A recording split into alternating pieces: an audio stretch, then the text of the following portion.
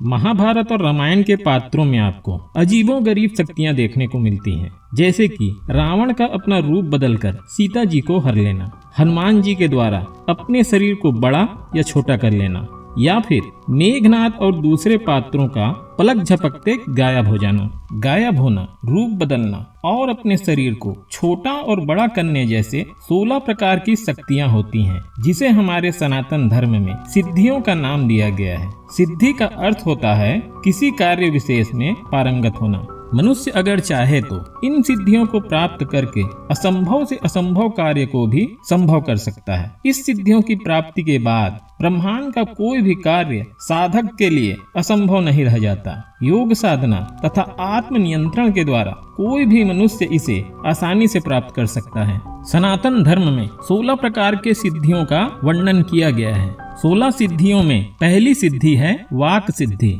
यह वह सिद्धि होती है जिसमें साधक जो कुछ भी बोलता है वह सत्य हो जाता है। साधक के मुंह से जो शब्द एक बार निकल जाता है वह सच होकर ही रहता है। वाक सिद्धि प्राप्त व्यक्ति में श्राप और वरदान दोनों देने की क्षमता होती है।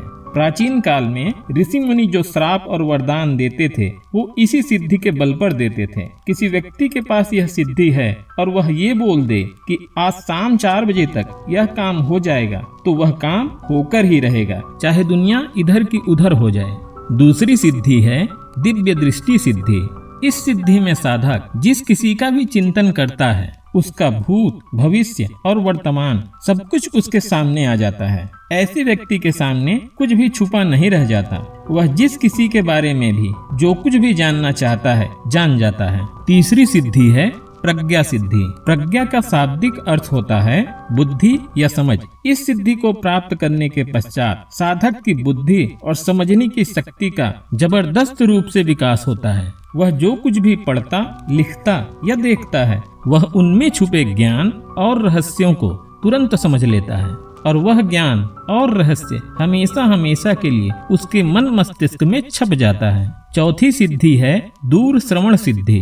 यह वह सिद्धि होती है जिसमें साधक की सुनने की क्षमता का विकास होता है। साधक अब न सिर्फ पास की बल्कि अपने से दूर स्थित व्यक्ति का चिंतन करके उसका भी आवाज सुन सकता है। यह व्यक्ति भूतकाल में घटित हुए किसी बातचीत या आवाज को भी सुन सकता है। पांचवी सिद्धि है जलगमन सिद्धि। जलगमन का अर्थ होता है पानी में चलना। इस सिद्धि को प्राप्त करने के बाद साधक पानी के ऊपर भी उसी तरह चलता है जैसे कि वह धरती पर चल रहा हो। वह जहाँ चाहे वहाँ चल सकता है। साधक के लिए धरती की सतह और जल की सतह बिल्कुल समान हो जाती है। छठी सिद्धि है वायुगमन सिद्धि। वायुगमन सिद्धि प्राप्त करने के बाद साधक का अपने वजन पर पूरा नियंत्रण हो जाता है। वह अपने वजन को तिनके के समान कर लेता है। अपने वजन को कम करके वह वायु के माध्यम से जहाँ चाहे वहाँ जा सकता है। सातवीं सिद्धि है अदृश्यकरण सिद्धि। इस सिद्धि में कोई भी मनुष्य अपने स्थूल शरीर को सूक्ष्म रूप में परिवर्तित करके या फिर अपने वास्तविक रूप में ही लोगों की नजरों से ओझल हो जाता है। अदृश्य हुआ व्यक्ति स्वयं तो सबको देख सकता है लेकिन कोई दूसरा उसे नहीं देख सकता। आठवीं सिद्धि है विशोका सिद्धि।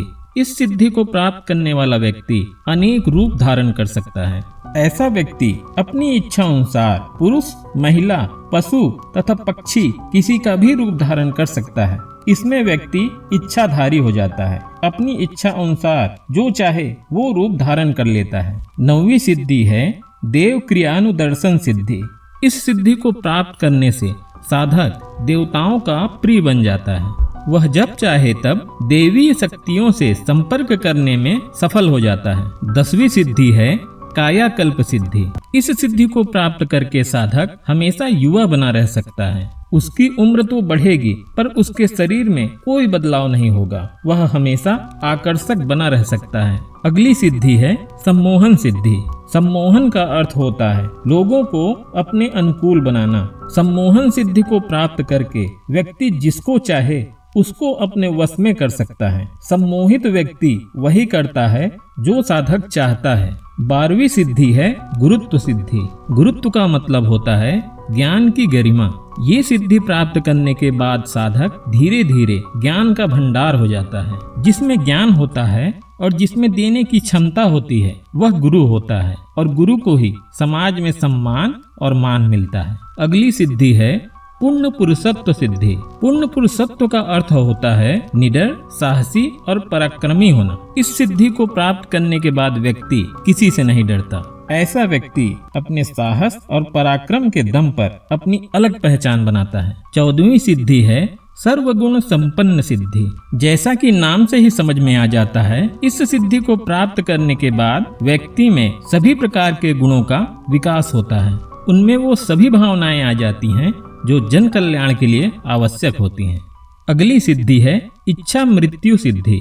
इस सिद्धि को प्राप्त करके साधक अपनी मृत्यु को अपने वश में कर लेता है। भीष्म पितामह को यही सिद्धि प्राप्त थी। इसी सिद्धि की वजह से ही उन्हें ना तो मृत्यु का भय सताता था और ना ही उन्हें किसी प्रकार के रोगों का डर था। 16वीं सिद्धि है अनुर्मी सिद्धि।